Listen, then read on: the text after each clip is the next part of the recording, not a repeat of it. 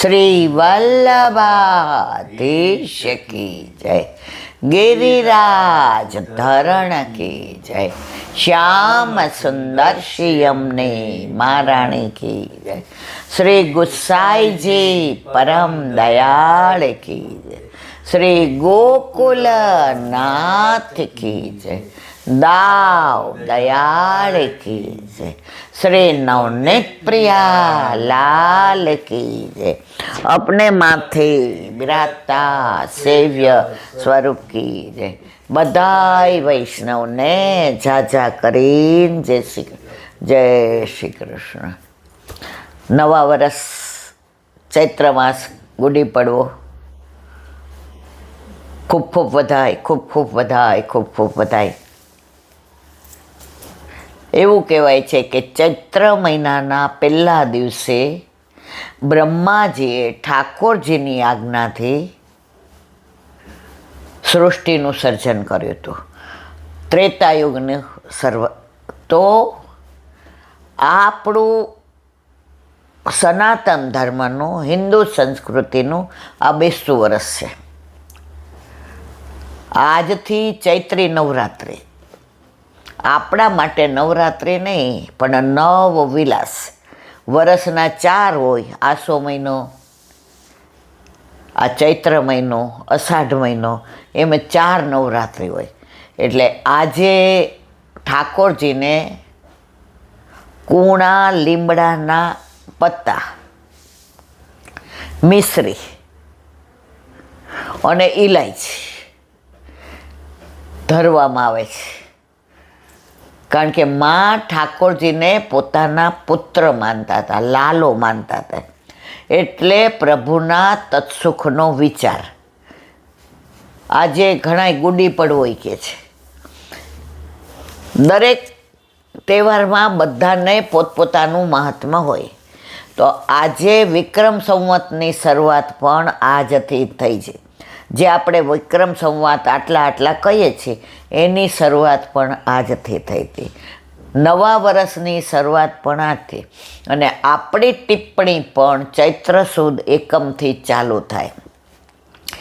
આ 10 દિવસ નવવિલાસના દસમના દિવસે નવરાત્રિની દશેરા, જે આસો મહિનાના શરદ પૂનમના દિવસે 6 મહિનાની રાત્રિ અને 6 મહિનાનો દિવસ, એ રાસની પૂર્ણાહુતિ ચૈત્રી પૂનમે થઈ હતી. તો આ માસને મધુમાસ પણ કહેવામાં આવે છે. તો આજે ઠાકોરજીના કેમ ધરાવાય? તો પ્રભુના તત્સુખનો વિચાર.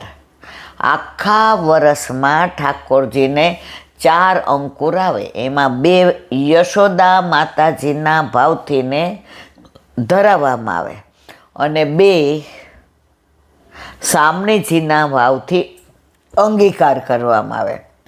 હવે આજે ચૈત્ર મહિનો, તો ઠાકોરજીને આજે જે આ કૂણા પાન લીમડાના મિશ્રી અને જે ઇલાયચી ધરાવવામાં આવે છે, એ આખું વરસ પ્રભુને તાવ તર્યો કે કોઈ તબિયતમાં તકલીફ ન પડે, પ્રભુના તત્સુખના ભાવથી યશોદાજી આજે આ ધરાવે છે. તો આ અંકુર કોના ભાવથી અરોગે ઠાકોરજી?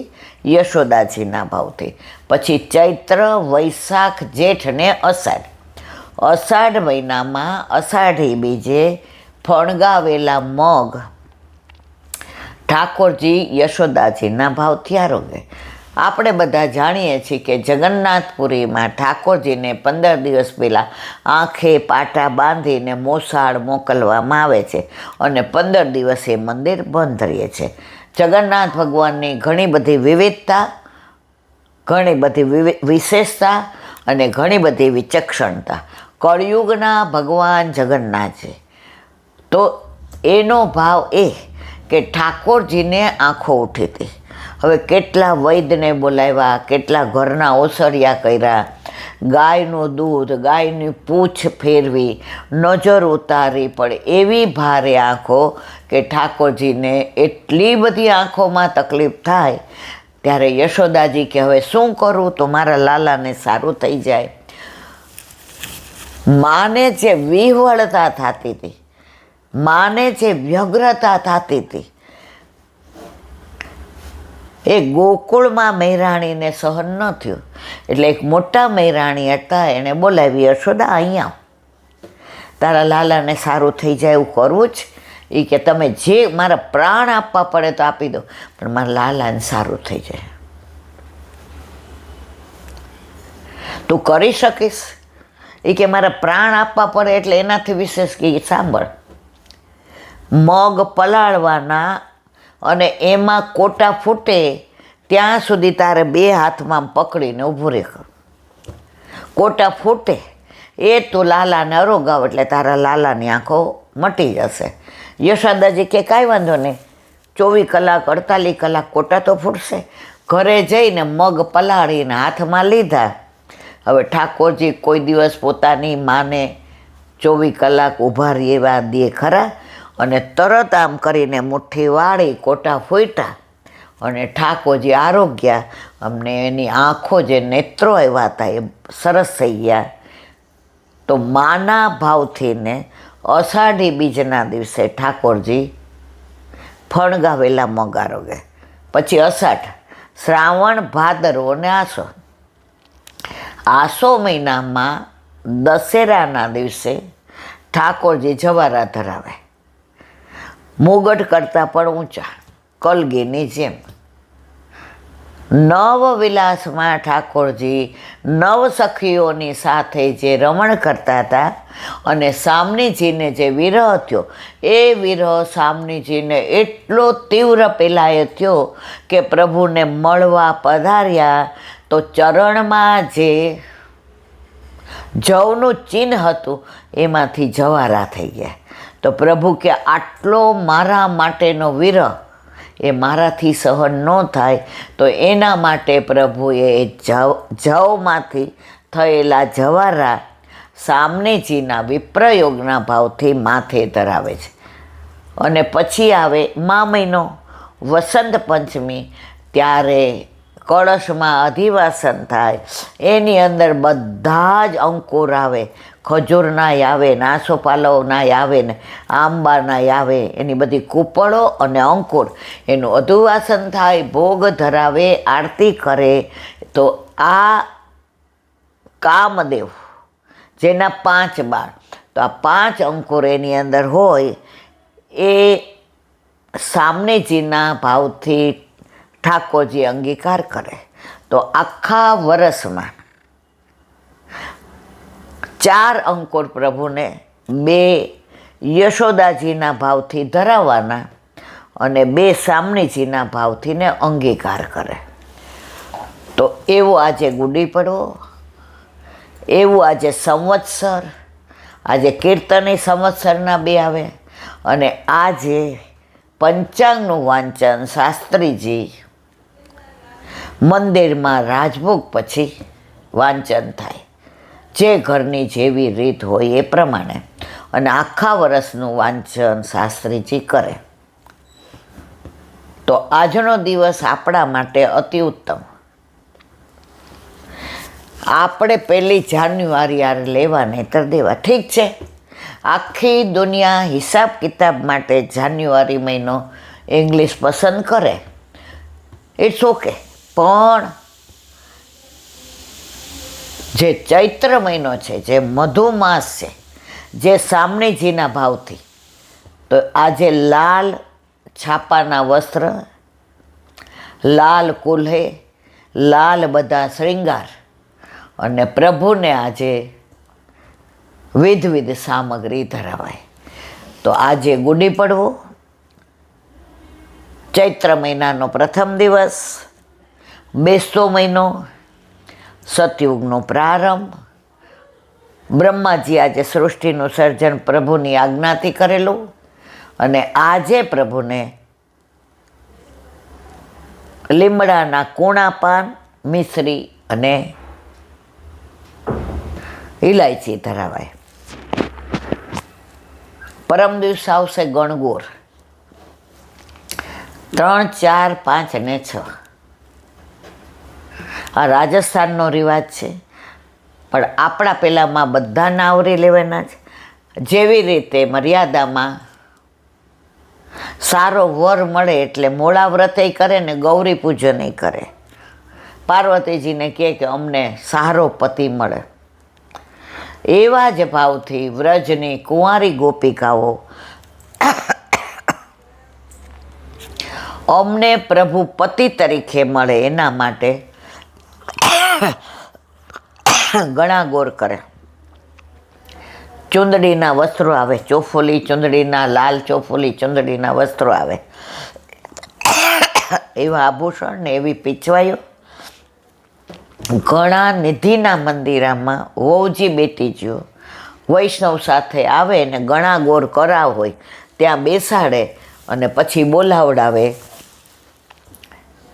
કે તારા વરનું નામ શું? તો પહેલાંના જમાનામાં વરનું નામ લેતા નહોતા, તો આ દિવસે વહુજી બેટીજી નામ લેવડાવે કે આમ રસ ઘણો મીઠો, આમ રસ ઘણો મીઠો, તારા વર તારા જેવો જુઠ્ઠો, આવું ઘણું બધું બોલાવડાવે, આનંદ કરે, રાસ ગરબા લે અને ગણાગોરને મનાવે. પછી ત્રીજ, ચોથ, પાંચમ, છઠના દિવસે આવશે યમુનાજીનો પ્રાગટ્યોત્સવ અને યદુનાજીનો. એ જેમ જેમ દિવસો આગળ આવશે તેમ તેમ આપણે એની વાત કરીશું. કાલે આપણે અસારવામાં ખૂબ જ આનંદ કર્યો. ગાયો જે ઠાકોરજીની લીલા સાંભળતી હતી એનો આનંદ લીધો. એ ભૂમિનો કેવો પ્રતાપ, બધી જ વ્યવસ્થા થઈ ગઈ ને એવું કે લાઇટ આવતી હતી તો 7:30, 8 સુધી સત્સંગ કર્યો, પણ આપણને જરાય તકલીફ પડી નહીં, કારણ કે જેને વિઠ્ઠલ નાથ વિચારે રે એને પ્રગટ પદાર્થ ચારે રે. હવે એક નાની વાત, અલવર ગામ છે, અલવર, ત્યાં એક સનમ સખી થઈ ગયા, સનમ સખી. હવે ભગવાન કે ઠાકોરજી કે વલ્લભ પોતાના જીવને કોઈ પણ લીલા કરીને શોધીને ગોવર્ધનનાથજીના હાથમાં આપે છે. એની આ લીલા. એ સનમ સખીનું મૂળ નામ હતું યાકૂબ સુલેમાન, યાકૂબ, બરાબર.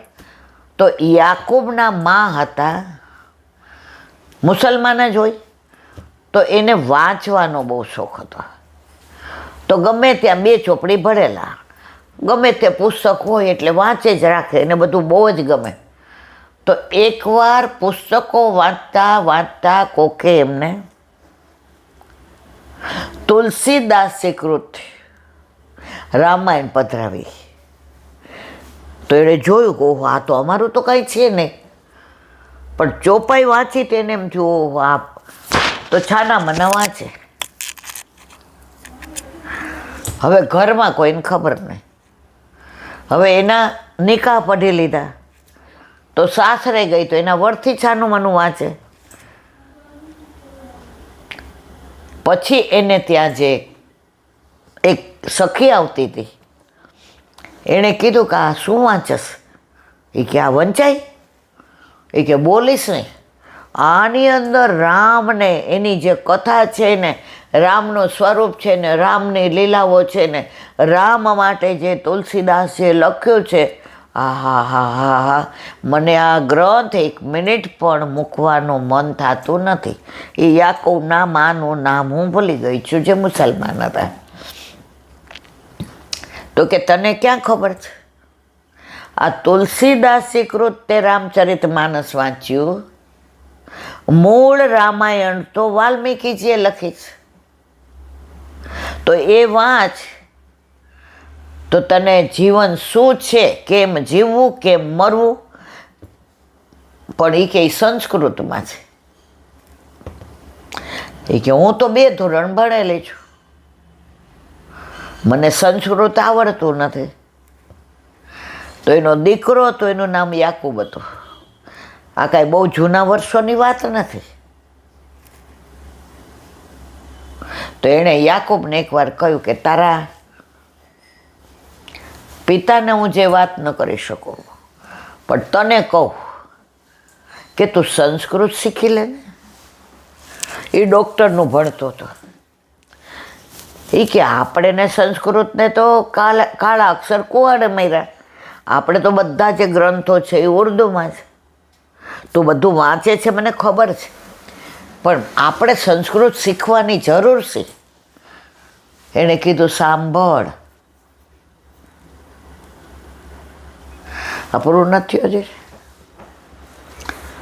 સાંભળ, હું જે રામચરિત માનસ તુલસીદાસીનું વાંચતી હતી એનું મૂળ વાલ્મીકી રામાયણ છે, અને એ સંસ્કૃતમાં. તો તું સંસ્કૃત શીખી લે ભણતા ભણતા. તો મને એ વાલ્મીકી રામાયણ તું સંભળાવ, કારણ કે હું તો હવે સંસ્કૃત હું બહાર જઈ શકું, એ બધા મૂર્ખામાં હોય કે હું આ નામે ન લઈ શકું. તો એ બધા પંડિતો પાસે ગયો કે મને તમે તમારા ટાઈમે બોલાવો તો હું મારું ભણતા ભણતા 1 કલાક આવીશ ને તમારી પાસે સંસ્કૃત શીખીશ. બધાએ ના પાડી કે અમે પંડિત છીએ, અમે પુરોહિત છીએ, અમે શાસ્ત્રીજી છીએ. અમે મુસલમાનને જે માંસ ખાતા હોય, જે મદિરા પીતા, અમે એને ક્યારેય કાંઈ ભણાવીએ નહીં.